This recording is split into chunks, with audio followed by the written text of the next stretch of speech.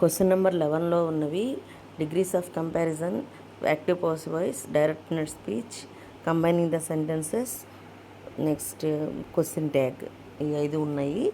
దీనిలో degrees of కంపారిజన్లో యాడ్జెక్టివ్కి 3 degrees ఉంటాయమ్మా. అవేంటి?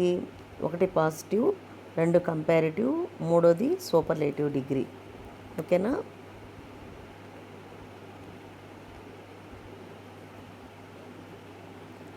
అయితే దీనిలో గనక ఇచ్చిన వాక్యములో మీకు నో అదర్ కనుక ఉన్నట్లయితే, నో అదరు యాజ్ టాల్ యాజ్ అనుకోండి, నో అదర్ ఉన్నట్లయితే అది పాజిటివ్ డిగ్రీ అని అర్థము. దానిలో యాజు మధ్యలో మీకు యాడ్జెక్టివ్ ఉంటుంది.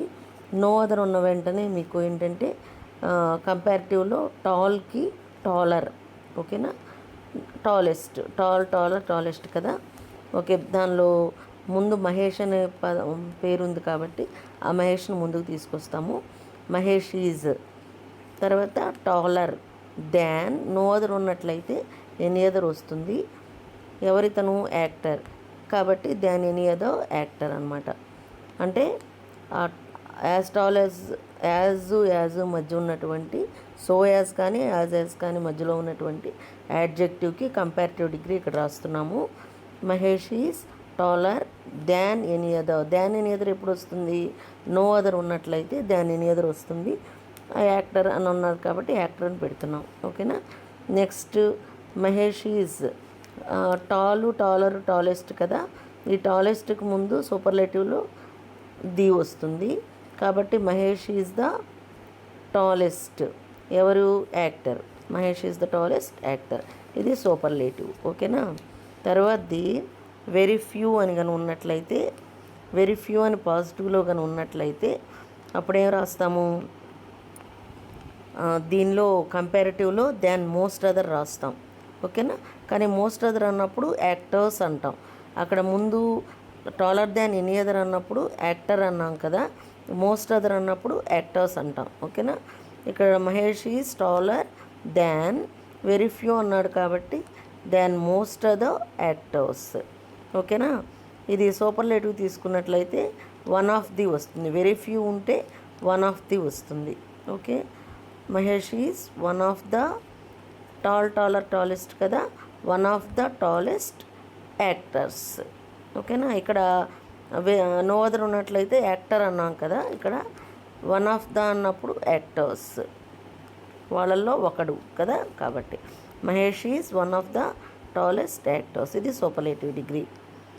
తర్వాత రెండిటికి మధ్యన కనుక కంపారిజన్ ఉన్నట్లయితే ఇక్కడ చరణ్ ఈజ్ అని ఇచ్చాను చూడండి. Charan is as tall as Mahesh అన్నాను.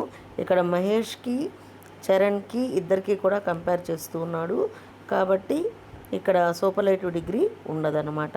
అంటే ఇద్దరికి కంపేర్ చేసినప్పుడు సూపర్లేటివ్ డిగ్రీ ఉండదు. ఓకే, మహేష్ ఈజ్ ఇక్కడ నాట్ అంత టాల్ కాదు కదా కాబట్టి నాట్ అనేది వస్తుంది.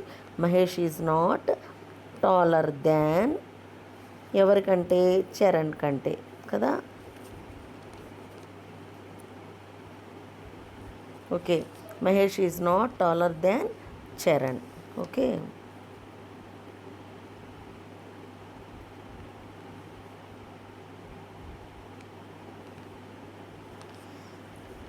అర్థమైందా?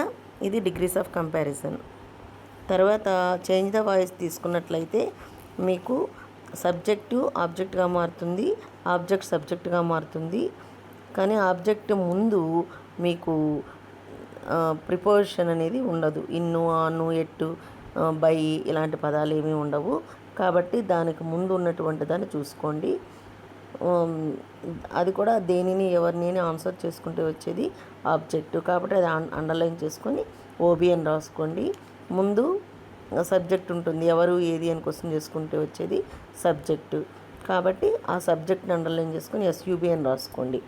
మధ్యలో ఉన్నటువంటిది వెర్బ్ కాబట్టి ఆ వెర్బ్ని ఏం చేస్తాము? ఏ టెన్స్లో ఉందో చూసుకుంటాం అనమాట. ఏ టెన్స్లో ఉందో చూసుకొని దాని ప్రకారం మనం ప్యాసివ్ వాయిస్లోకి మార్చాలి. అదే ప్రజెంట్ టెన్స్ అయితే ఈజు, ఆరు వెర్బ్ యొక్క థర్డ్ ఫామ్. పాస్ట్ టెన్స్ అయితే వాజు, వర్రు వెర్బ్ యొక్క థర్డ్ ఫామ్. తర్వాత will, shall, can, may would should could might కనుక అయితే వాటి పక్కన ప్రజెంట్ టెన్స్ ఉంటుంది, అంటే first form of the verb. Will shall can may would should could might be వస్తుంది, బీ సీన్ థర్డ్ ఫామ్. ఓకేనా. తర్వాత హ్యాజు హ్యావు హ్యాడ్ వెర్బ్ యొక్క థర్డ్ ఫామ్ ఉన్నట్లయితే ప్యాసివ్ వాయిస్కి మారినప్పుడు హ్యాజు హ్యావు హ్యాడ్ బీన్ వెర్బ్ యొక్క third form వస్తుంది. ఓకేనా. Photo పెడుతున్నాను, కాస్త జాగ్రత్త చూసుకోండి. తర్వాత సబ్జెక్ట్ ఆబ్జెక్ట్గా మారుతుంది, ఆబ్జెక్ట్ సబ్జెక్ట్గా మారుతుంది అని చెప్పాను కదా. ఈ సబ్జెక్టు ఆబ్జెక్ట్గా మారినప్పుడు దాని ముందు బై అన్నటువంటి పదం రాస్తాం. ఇక ఎక్స్ట్రా ఉన్నటువంటి సెంటెన్స్ ఏదైనా ఉంటే చివరిలో రాసుకోవచ్చు. అది మీకు సబ్జెక్ట్లో ఐ కనుక ఉంటే ఆబ్జెక్ట్ మీ వస్తుంది. అదే ఆబ్జెక్ట్లో మీ ఉంటే దీని సబ్జెక్ట్కి మార్చినప్పుడు ఐ వస్తుంది అనమాట. వీ సబ్జెక్ట్లో ఉంటే అజ్ వస్తుంది ఆబ్జెక్ట్కి, ఆబ్జెక్ట్లో అజ్ ఉంటే వీ సబ్జెక్ట్లో వస్తుంది. అంటే ఇది మార్చేదనమాట.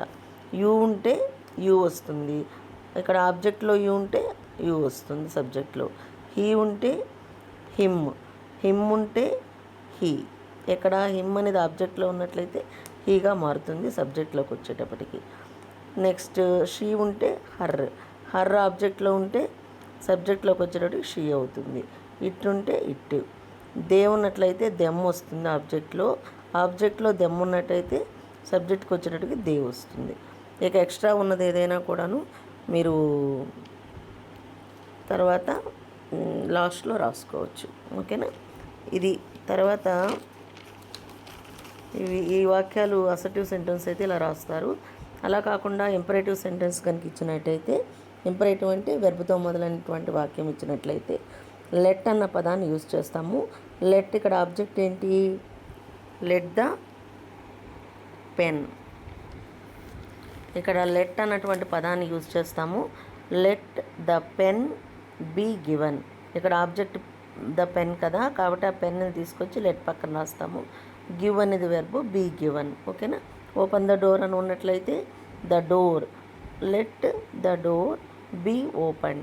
అదే ప్లీజ్ అని ఉండి ఇంపరేటివ్ సెంటెన్స్ కనుక ఇచ్చినట్లయితే యు ఆర్ రిక్వెస్టెడ్ టు, అది ఆ వాక్యం అలా రాసేస్తాం. ప్లీజ్ బదులుగా యు ఆర్ రిక్వెస్టెడ్ టు అని రాస్తాము. తర్వాత గివ్ ద పెన్, అక్కడ ఇచ్చినటువంటి వాక్యం రాస్తాం. ఇది యాక్టివ్ ప్యాసివ్ వాయిస్. తర్వాత డైరెక్ట్ ఇండైరెక్ట్ స్పీచ్ తీసుకున్నట్లయితే ఇక్కడ ఎవరితో చెప్పారని చూసుకుంటాము. తర్వాత లోపల ఇన్వర్టెడ్ కామాస్లో ఉన్నటువంటి వాక్యంలో ఏమున్నదో చూస్తాము. ఇక్కడ కామా కొటేషన్ మార్క్స్ రెండు కూడాను డైరెక్ట్ నుంచి ఇండైరెక్ట్కి మార్చేటప్పుడు తీసేస్తాం. మొట్టమొదటి చేంజ్. రెండవది ఏంటంటే లోపల ఉన్న వాక్యం ఫుల్ స్టాప్ కనుక ఉండి సబ్జెక్ట్తో కనుక మొదలై ఉంటే కంజంక్షను దట్ వస్తుంది. ఓకేనా. ఇక్కడ సెడ్ టు కనుక ఉన్నట్లయితే టోల్డ్గా మారుతుంది. ఓకేనా. దాని తర్వాత వాక్యంలో ఉన్నటువంటి ఐ మై మీలన్నీ కూడాను ఎవరు చెప్తున్నారో వారికి సంబంధించి మారుతాయి. యువర్లన్నీ కూడాను ఎవరికి చెప్తున్నారో వారికి సంబంధించి మారుతాయి. ఓకేనా. ఇక ప్రజెంట్ టెన్స్లు ఏమైనా ఉన్నట్లయితే పాస్ట్ టెన్స్లుగా మారుతాయి. ఇక్కడ విల్లు టేక్ అని ఉంది కదమ్మా, ఈ విల్లు టేక్ అనేది రెండు కూడా ప్రజెంట్ టెన్స్లే కదా, రెండు కూడా పాస్ట్ టెన్స్లుగా మారుస్తారంటారేమో. అలా మార్చకూడదు, ఒకటి మాత్రమే పాస్ట్ టెన్స్గా మారుతుంది, వుడ్ వస్తుంది. ఓకేనా. తర్వాత ఇక్కడ సెడ్ అన్నాడు కాబట్టి ఎవరికి చెప్తున్నారో తెలియదు కాబట్టి మనం అది రాసేసుకున్నట్లయితే ఆ లోపల ఉన్నటువంటి యూని మనం దాని ప్రకారం మార్చుకోవచ్చు. ఓకేనా. ఫుల్ స్టాప్ ఉన్నటువంటి సబ్జెక్ట్తో మొదలైన వాక్యం అయితే కంజంక్షన్ దట్ వస్తుంది. ఓకేనా. ఈ సెట్ టు అనేది టోల్డ్గా మారుతుంది. తర్వాత అలా కాకుండా ఫుల్ స్టాప్ ఉండి వెర్బ్తో మొదలైన వాక్యం కనుక ఉన్నట్లయితే సెడ్ టు అనేది ఆర్డర్డ్ అని కానీ రిక్వెస్టెడ్ అని కానీ మారుతుందన్నమాట. Okay. She requested or ordered them. Okay. ఇక్కడ వెర్బ్తో మొదలైన వాక్యానికి టు అన్నటువంటి కంజంక్షను వస్తుంది. టు తర్వాత మీకు పాస్ట్ టెన్స్ రాదు, ప్రజెంట్ టెన్స్ మాత్రమే వస్తుంది అనమాట. అంటే first form of the verb మాత్రమే వస్తుంది. To give.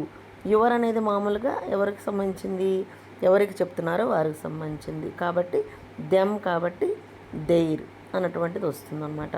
There pen. Okay. Next లోపల ఉన్నటువంటి వాక్యము అంటే కొటేషన్ మార్క్స్లో ఉన్నటువంటి వాక్యము వెర్బుతో మొదలయ్యి క్వశ్చన్ కనుక అయి ఉన్నట్లయితే కంజంక్షన్ ఇఫ్ వస్తుంది. ఓకేనా. ఇక ఐలు యూలు అన్నీ కూడాను ముందు చెప్పినట్లుగానే మారుతాయి. తర్వాత సబ్జెక్ట్ ముందుకు వస్తుంది, వెర్బ్ తర్వాతకి మారుతుంది. ఓకేనా. ఇక్కడ యూ అన్నటువంటిది దేనికి సంబంధించింది, దెమ్కి సంబంధించింది కాబట్టి దే. తర్వాత would. Okay, present tense past టెన్స్గా మారాలి కదా, దే వుడ్ గివ్. ఓకేనా. తర్వాత మార్చాల్సిన యువర్ ఉంది, అది కూడా మారుస్తారు, దేర్ పెన్. తర్వాత ఫుల్ స్టాప్ పెట్టాలి, అంతేకాని క్వశ్చన్ మార్క్ పెట్టకూడదు. ఇక్కడ కంజంక్షన్ ఏంటి, ఇఫ్. ఇఫ్ కానీ వెదర్ కానీ వాడచ్చు, కానీ వెదర్ అనేది స్పెల్లింగ్ తప్పు రాస్తారని ఇఫ్ మాత్రమే చెప్తున్నాను. తర్వాత ఇక్కడ సెడ్ టు అనేది ఆస్క్డ్గా మారుతుంది. తర్వాత she said to him. Him కానీ అంటే అన్ని దెమ్ రాస్తే మీకు మార్చడం మళ్ళా దే అనే రాసేస్తారని హిమ్ రాశాను ఇక్కడ.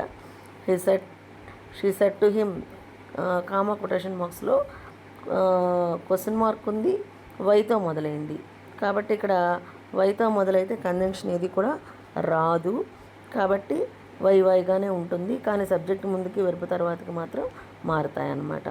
కాబట్టి ఇక్కడ సెడ్ టు అనేది ఆస్క్డ్గా మారుతుంది, because it's the question. She asked them why. ఇక్కడ యూ ఎవరు, హీ కదా, కాబట్టి he was making noise, full stop. ఓకేనా. అర్థమైందమ్మా. అర్థం కాకపోతే మళ్ళీ ఒకసారి అంతా మొదటి నుంచి పెట్టుకొని చూడండి. తర్వాత క్వశ్చన్ ట్యాగ్. ఈ క్వశ్చన్ ట్యాగ్లో ఏంటంటే మీకు ఉన్న వాక్యంలో ఉన్నటువంటి హెల్పింగ్ వెర్బ్ని ముందు రాస్తారు. వాక్యంలో నాట్ లేకపోతే నాట్ పెడతారు, లేకపోతే నాట్ పెట్టరు. ఉంటే నాట్ పెట్టరు, నాట్ లేకపోతే నాట్ పెడతారు. తర్వాత సబ్జెక్ట్ ఏది ఉందో అది రాసి క్వశ్చన్ మార్క్ పెడతారు, అంతే. కానీ వాక్యం మొదల్లో లాగా ఇక్కడ క్యాపిటల్ లెటర్ రాదు, స్మాల్ లెటర్ మాత్రమే వస్తుంది. ఓకేనా. తర్వాత వెర్బ్ మాత్రమే ఉన్నట్లయితే మేక్స్ అని ఇక్కడ ఇచ్చాను. మేక్స్ అంటే డజ్ మేక్ కదమ్మా, కాబట్టి డజ్ అనేది తీసుకొని అక్కడ నాట్ లేకపోతే నాట్ పెడతాం, డజంట్ సబ్జెక్టు.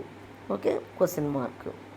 అదే మీకు మేక్ అని ఉంది, ఇక్కడ ప్రజెంట్ టెన్స్ ఉంది, డూ ప్లస్ మేక్, కాబట్టి నాట్ లేదు కదా, డోంట్. ఇక్కడ ఐ అన్నప్పుడు ఏంటంటే మీకు మనం క్వశ్చన్ చేసేటప్పుడు యూ అంటాం, నీవు అంటే నేను అని చెప్తాడు కదమ్మా, అలాగనమాట. Don't you. ఇక్కడ కూడాను ఐ డిడెంట్ మేక్ ఫుడ్, ఇక్కడ నాట్ ఉండేలా పెట్టాను, ఐ డిడెంట్ మేక్ ఫుడ్ అన్నాము. ఇక్కడ నాట్ ఉంది కాబట్టి నాట్ రాదనమాట. డిడ్ ఐ ఉంది కాబట్టి యూ, క్వశ్చన్ మార్క్ పెడతాం. Let's go to A movie అన్నప్పుడు షెల్ వీ. ఓకేనా. తర్వాత కీప్ క్వైట్ ఉంటే ఇక్కడ యూ అని ఉంటుంది, ఇక్కడ మీకు ఐ అన్నమాట, ఐ కానీ యూ కానీ రాసుకుంటాము. ఇక్కడ ఏంటి కీప్ అన్నప్పుడు డూ కీప్ కదా, కాబట్టి డూ తర్వాత నాట్ లేదు కాబట్టి నాట్, డోంట్, యూ. ఓకేనా. యూ అని రాసి క్వశ్చన్ మార్క్ పెడతాం. ఇది క్వశ్చన్ ట్యాగ్, చాలా ఈజీ. తర్వాత కంబైన్ ద సెంటెన్సెస్. ఈ కంబైనింగ్ ద సెంటెన్స్ తీసుకున్నట్లయితే సిన్స్ కానీ, యాస్ కానీ, దో కానీ, ఆల్దో కానీ వీటితో కలిపినప్పుడు రెండు వాక్యాలని కలపమన్నప్పుడు ఏంటంటే రీజన్ ఫస్ట్ వస్తుంది, తర్వాత కామా వస్తుంది, తర్వాత రిజల్ట్ అన్నమాట.